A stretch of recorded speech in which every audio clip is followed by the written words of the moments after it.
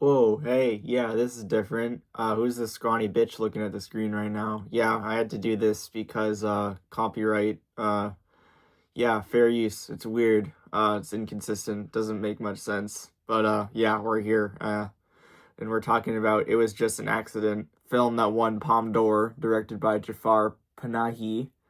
I had to take a bit of a stroll to get to a theater that was playing this film, but I'm glad I did because I really enjoyed it. Well, I can't say it's the best film of the year so far. I definitely need to give it a rewatch.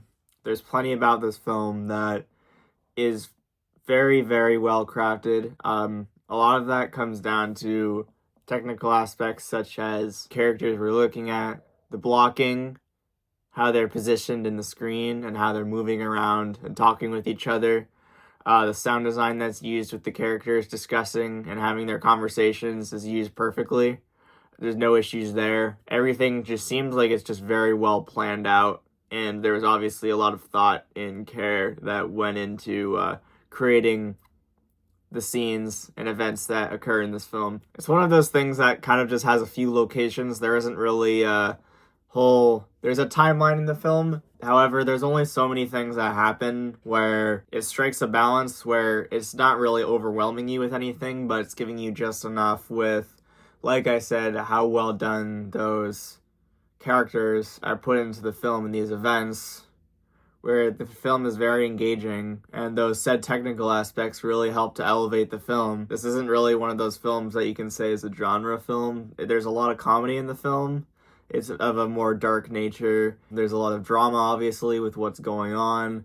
It's a bit of a has some thriller vibes in it too. I like films that don't stick to one thing. My favorite films are ones that don't confine themselves to one thing. Those are the ones that are most interesting. And this is one thing where it's using this simple premise to go against convention and show us a new experience while keeping it entertaining and fresh within the same movie. I wouldn't want to say repetitive. However, when you look at the idea on paper, it doesn't really seem like much, if you know what I'm trying to say. So yeah, I really would love to watch this film again, maybe under better circumstances.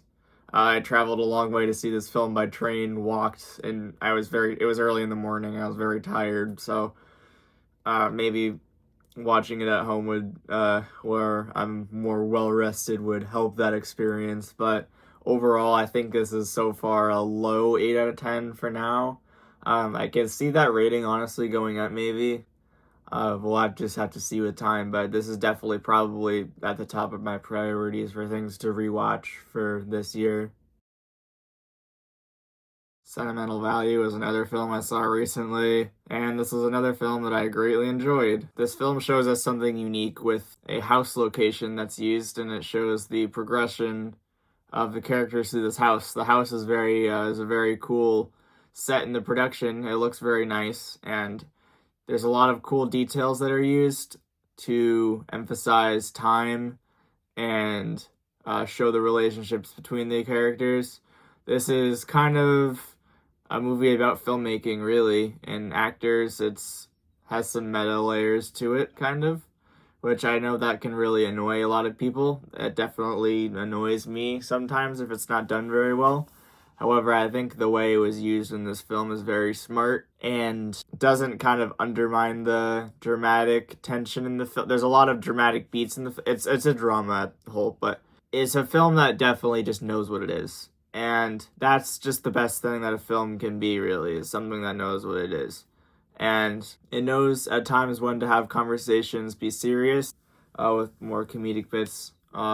Obviously, there's a kid character in the film that kind of can be a clutch in some other films, but in this film, for one, the kid actor is very good, but also he's not used as a clutch. He's used as part of the heart of the story, really. He adds a lot of light to a film that's really serious, and if done incorrectly, could be very dour and bleak.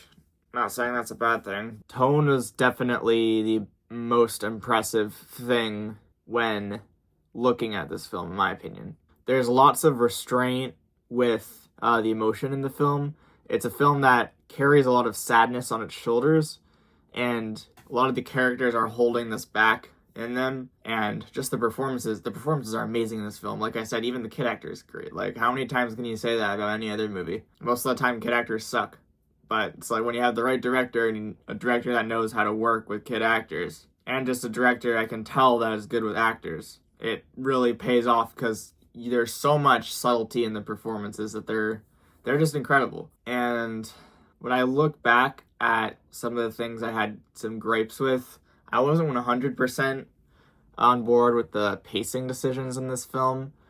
I think that really might just need to be a rewatch decision to see how I feel about that. But I felt a lot of this film to be very building up to this, what they reveal at the end, which is not something I'm going to spoil. It's kind of a, not to really go into detail, but like a peel back moment. And I really loved what the ending was going for, and I love the ending. The ending of this film is great. However, there's a lot that's building and writing.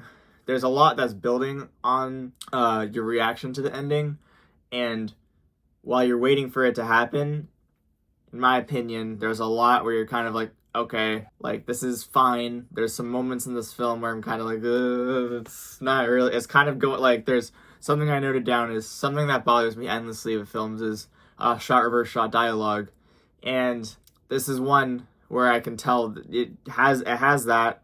However, when I look back at the film, I'm kind of like, is that just another layer where I'm like, oh, is that like supposed to be commenting on shot reverse shot filmmaking? I think it, you know what I'm trying to say. Like, I think that might be part of the film, like what it's trying to say. I'm not sure though. That's the thing. But yeah, overall, this film is just very well written and very well directed, and that's evidenced by the tone of this film, which again, that's all of those elements come together to create this. And for that, I think this film is a solid 8 out of 10 in my opinion. I'm very excited to rewatch this film, and I hope maybe the pacing can kind of fix itself, maybe even raise it to a 9, who knows, but I really enjoyed this film a lot. I wish I could use trailer footage throughout all of the videos. It's just annoying because sometimes they're so inconsistent. Like, some certain ones will just remove or will not let me upload my video at all. So I think I'm trying this to